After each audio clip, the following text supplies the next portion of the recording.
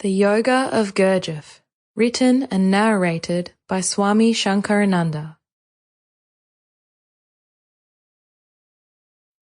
Chapter 1.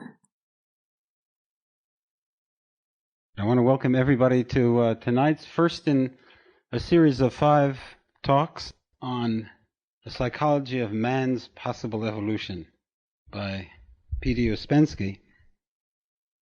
Aren't these wonderful sayings I've written up on the board? You do not remember yourself. And what is that? Man is a machine. Man cannot do. There must be a change of being.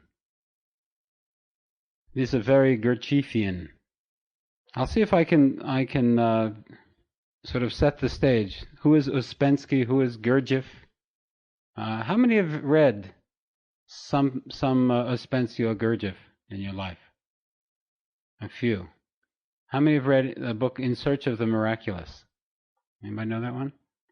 How about the book at hand, The Psychology of Man's Possible Evolution? Okay, good. It's not required that you read it. In fact, I prefer it, so then if I say horrible things, you can't correct me. Anyway, in my life, in my spiritual search and evolution, these two figures, P.D. Ouspensky and his teacher, George Gurdjieff, had a big impact. They were probably the first bona fide spiritual teachers that I read way back in the 60s. And I'm not sure that I knew what to make of it. I read the book In Search of the Miraculous, or I tried to read it. I read parts of it.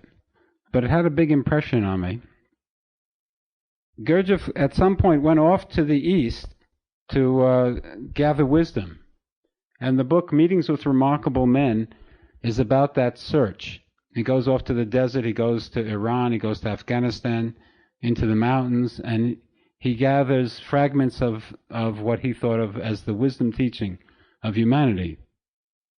Gurdjieff's books, however, are not as good to read as Ouspensky's books. If it weren't for Ouspensky, I don't know if Gurdjieff's teaching would be around today. Ouspensky was a student of his, and he had an extraordinary genius for exposition and for remembering details. And he listened to everything Gurdjieff said, and he wrote it down in a very clear, no-nonsense way, and hence the teachings have come down to us pretty much intact. So much so that there are Gurdjieff groups all over the world. Ouspensky met him, as he says, in 1915.